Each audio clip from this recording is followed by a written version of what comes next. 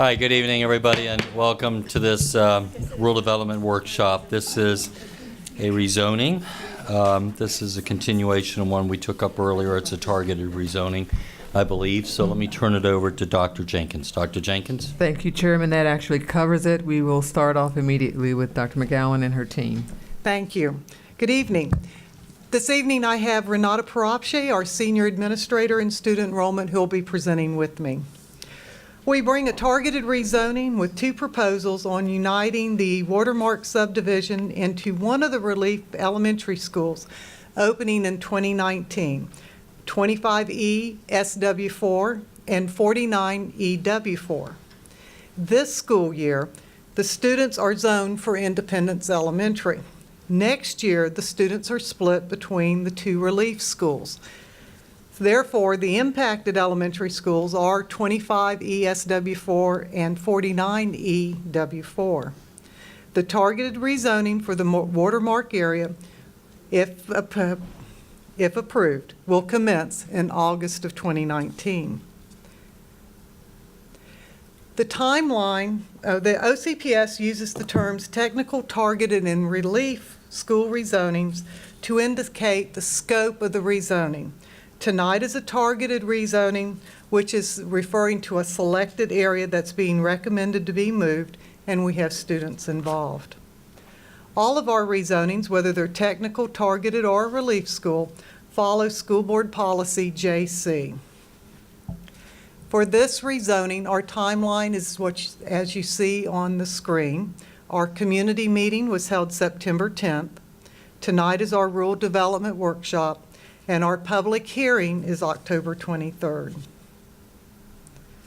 We remind everyone that we have the grandfather transfer that it goes in effect for rezonings, and there are 3 criteria, and we work with individual families. We do have a deadline that has to be met. Our community provides us their thoughts through input, generally through our electronic community survey, which you see is a Survey Monkey, and folks can give us the information. Folks can also send an email to me, or we could have a petition. At this time, Renata will explain our 2 options for you. Good evening. Watermark targeted rezoning, option 1. When we look at the map, the red line represents elementary boundary line for 2019-2020 school year. 2 schools involved into this rezonings are 49 EW4, 49 EW4 and 25 ESW4. The area proposed for rezoning is in yellow. It is north of Seidel Road. This area is zoned for 49 EW4. There are currently 172 OCPS elementary students residing there. The recommendation in option 1 is to move targeted area from 49 EW4 to 25 ESW4. If this rezoning is approved, this is how the elementary zones are going to look. The purple area is 25 ESW4 and the green area is 49 EW4.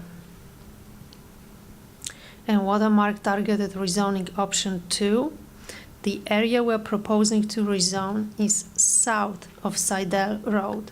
This area is zoned for 25 ESW4. The recommendation in option 2 is to move targeted area from 25 ESW4 to 49 EW4. There are currently 28 OCPS elementary students residing there. If this rezoning is approved, this is how the elementary school zones are going to look. The purple area is 25 ESW4 and the green area is 49 EW4. Superintendent staff recommendation is option 2. As of today, we have received input from 56 families. 3 families are supporting option 1, 53 families are opposing option 1, and 56 families are in favor of option 2. This concludes my presentation. Dr. Jenkins. All right, board members, before I go to Ms. Gould, we have 3 speakers. I'm going to take them in the order that they're numbered, but ladies, if you'd like to go in a different order, that's fine, just tell me. But I first have Ms. Krista Gill, I believe, and then Teresa Toscano, and then Carrie Adams. And I hope it's Gill. I couldn't tell if that was a G or a C. And if you could start with your name and address for the record, please, and you will each have 3 minutes to address the board. And the clock won't start until after you say your address. Welcome. Thank you. My name is Krista Gill. I live at 14662 Scott Key Drive in Winter Garden in Watermark, of course. And I've been part of this community since 2015, where the builders promised that the whole community would stay one united community moving forward, and that Seidel Road would not present a boundary issue for school zoning, for fire department, for any of the needs that we would need from the county. So when all of this started happening, even though I don't have children, I hope to some point, but I don't now. And so I hope that you'll take my voice as someone who doesn't even have children, who came out today to make an impact, that we want to keep our community united, that in support of option 2, that I have, in fact, been in charge of doing 40 community events where residents from both sides of Seidel Road have come and participated, where families have met each other, networked, the kids play. We do a food truck night once a month. We do other social events where the kids come up and everyone has met each other, especially being in Independence already. So it's unfathomable to me that you would separate these friendships that the children have made and the bonds that they make. It's so important growing up to have those bonds, and it's crucial to learning and building a network to grow upon as you get through your education system. So I implore you to please approve option 2. So I know I have a minute left, but I don't think there's much more I can say to that. So thank you. All right, thank you, Ms. Gill. You always score points when you leave time on the clock, so thank you. Next is Ms. Teresa Toscano. Welcome, Ms. Toscano. Hi, my name is Teresa Toscano. I live at 9387 Chinana Circle in Winter Garden, Florida, 34787. I want to thank you, the board, and Dr. Gowan for all her help and all of OCPS. I'm very proud to be an OCPS mother. I have 2 children in elementary school right now. They are now going to Independence Elementary with the rest of our community of Watermark. I'm out here to support option 2 and to keep Watermark together as a community. We will have to go through some growing pains in the next 2 years, because not only is this going to be the first time we move, we are also going to move again as a community to yet another school in another year. So we as a community want to keep all of our students together so that we can go through the growing pains of Horizons West and out west to grow and expand our community. So that's pretty much what I'm here. Option 2, to please keep our community and our children together. Thank you. Thank you, Ms. Toscano. Our third speaker is Carrie Adams. Welcome, Ms. Adams.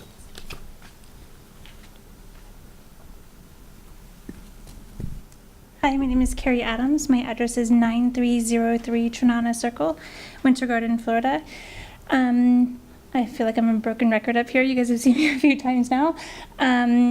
We are definitely in support of option 2. I know that there were a few votes otherwise, but really option 2, as we look at it on paper, as we talk about it as a community, we feel like is even the right direction of travel for us. I think as you look at Reams Road and everything that's going on down Reams Road right now, there's just a lot of angst turning from Summer Lake onto Reams Road. Every day when I pick up my boys, I have to leave 30 to 40 minutes early just to pick them up, and Independence is maybe 3 miles from my house. So going the opposite way on Reams doesn't really make a difference. It just takes forever. Our buses right now are nearly an hour to get our kids to school. They're about 50 minutes, and then they make it there pretty much just in time. Where I would say last year, and this is really talks to the growth of the community, last year my son every day was like, Mom, I know I already had breakfast once, but I'm getting breakfast again at school every single day. Now he doesn't have time. But that just shows how much traffic is going that way. So we really do feel like option 2 and the slight ease of traffic that way in comparison, as well as really, obviously keeping our students together as a whole is the main importance. But option 2 we feel like is the better route for us. So that's all. Thank you so much, Ms. Adams. Thank you. All right. I don't have any other speakers, I believe. So, Ms. Gould. Thank you to the speakers who came this evening and to everybody who gave us their input as we reviewed this targeted rezoning after the original rezoning. We always want to keep neighborhoods and communities together. There are times where we can look at it and it's apparent. There's times where we have to relook at it, as in this case. I am in support of option 2 with the staff and the superintendent's recommendation in this. Horizon West is challenging. Every time I hear that the builders promised something, it makes me cringe a little bit, because every municipality wants to do the best for the community, but assets are not always available. When you talk about the fire, I know we've been working with the sheriff's office to try to get more sheriffs out there and get a sector station set up and all kinds of things. So, but know that we do, and the staff absolutely does their best when making recommendations to the board to try to do that.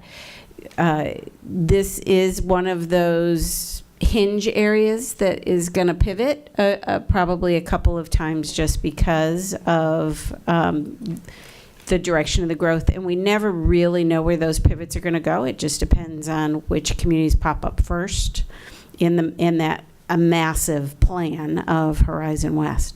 So as I said, I am in favor of this option, and I think it will help to keep the kids of that community together.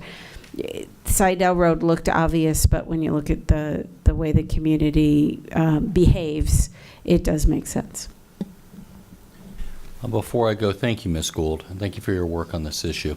Before I go to Ms. Flynn, Dr. Jenkins, did you want to add something?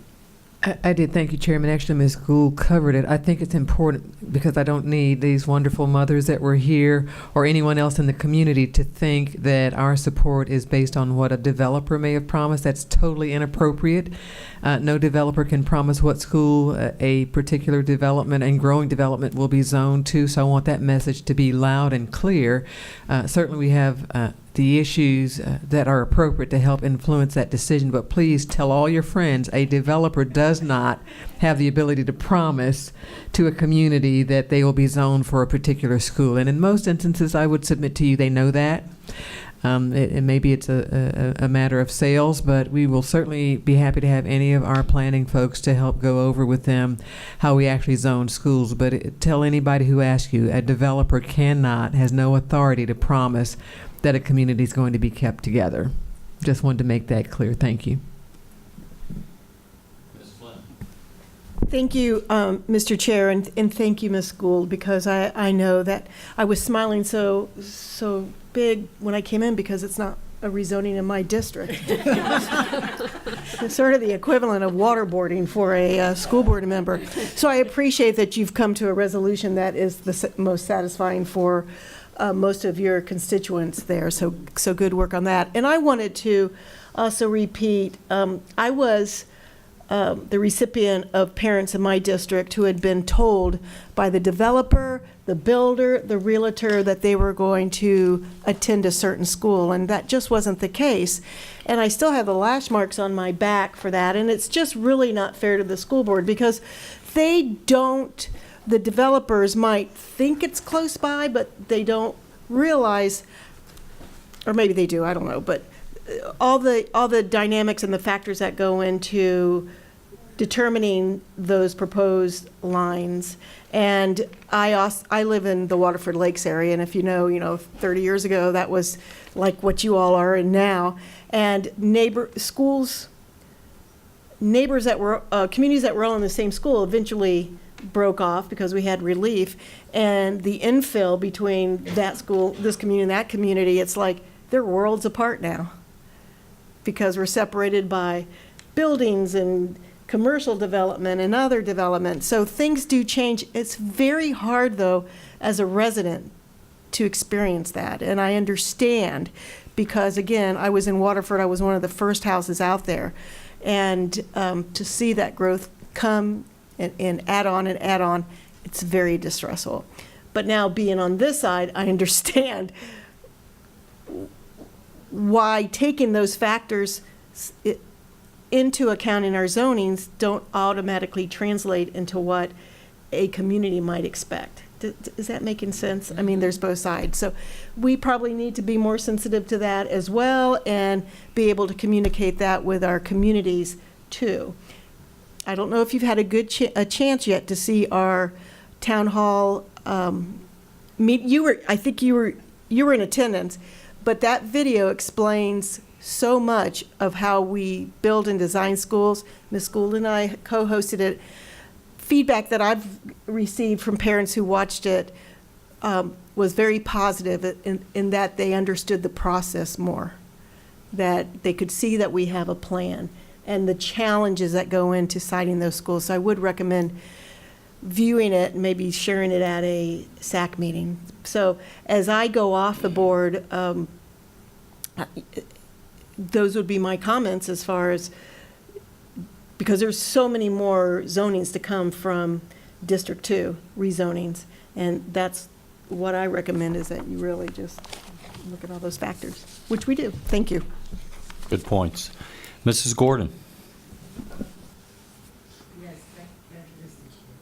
Thank you, and I think glad Dr. Jenkins made that note. I think when she said it, we went, "What was that said?"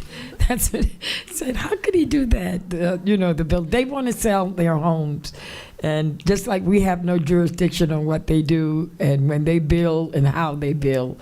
I think Dr. Jenkins said it well for us. I really want to thank Ms. Teresa. I hope I don't mess this up. Toscana, for coming in, and also Ms. Krista Gill and Carrie Adams. I think it is so wonderful for you all to even just come, because this seemed as if it went very well with Dr. McGowan and her staff. This is what we would like zonings to be like, because even the ones that opposed also voted for number 2. There was you guys were loud and clear. So I don't know why you made the trip, but I'm glad you did, because we probably wouldn't have paid that much attention. I'm just impressed that everybody that did oppose it, they were in favor of option 2. And then some said, okay, I support option 1 and option 2, which is kind of unusual, because when people come before this board, they are strong, dead, on not changing their mind. So I want to really say to Ms. Gould, but once I don't have to reprimand her at the table. And yes, I do. Girl, go back and get this thing right and bring us something we can vote on. And I do say that to her. I always have to let her bring us something. What are you all doing in the community? So I was glad to hear that they did put the video together, so you can visually see it. We have it in writing, but that's great. And we actually do it. Every one of us up here do those opportunity, the opportunity meetings, so you can see what it's like to build, and you experience building. Because the building code committee that we put together with this board is for you to see exactly. You get the input there. You are building your school. That's another thing. They cannot come in and tell you. They can suggest what could fit that but they need to bring you more than one drawing. And that's what we do. Don't come in and tell us that this is the prototype that's going there. We want to see the rest of the prototype and see what it looks like, because they brought us one and we got it from Christine. We saw one of Christine Moore's school, and we say, that's what we want for Ivy Lane. And they say, oh, well, we didn't have that in mind, but that is what we want. Go back to the drawing board. And I love that, and let's see if it can fit. So I really want to thank you all that there was no discrepancy here. You really got 100% of those who actually gave their invoice. Now, I really hope when we do the real zoning that nobody come in and say they didn't know about the meeting. I mean, I'm the targeted I'm talking about. For the public. Yes, right. But I'm saying that when we say tonight, it's a go. Because, you get people, I wasn't there. They do come back and just say, well, we weren't there. We don't know. We want to. But I think that's great. You really had 100%. And we've never had anybody to come in here with 100% and in writing, and the comments are all there. And I want to commend you on that, Ms. Gould, for having that done for us. It makes it easy for us, Mr. Chair. Thank you so very much. Thank you for that. Thank you, Mrs. Gordon. Ms. Gould. I just wanted to let them know that thank you, Mrs. Gordon and Ms. Flynn. The segments on how the construction happened is also on my Facebook page, so you can share it from there, and it'll take it to the YouTube video clips, just so that you know that. And I want to once again thank Dr. McGowan and her fabulous team for this. We had several conversations as we were looking at this and re-looking at this and what makes the most sense, and I really appreciate all of the work and getting and gathering all the input. Thank you again. Well, that does it for our comments. Ladies, let me just echo what Mrs. Gordon and others said. Thank you for your advocacy on behalf of your communities. I do hope the work goes out, and this is a little bit self-serving, so give me a hall pass on this, but we really do care what communities think, and we made a commitment to y'all to bring back this targeted rezoning. And Dr. McGowan, thank you for doing that, and Dr. Jenkins, thank you for following through on that. We try to keep communities together. I don't think it was obvious to us, not living out there, that was one community with Sidell Road separating it, but Ms. Gould, good job on bringing this in for a landing and back. And we don't take a motion at this point, but we do have unanimity, I can tell from this board, so it's a sure thing it'll happen when it comes up at the next board meeting, or the board meeting it comes up at. All right, with that, anything else? No. All right, great job, Ms. Gould, thank you. With that, we are adjourned. Thank you.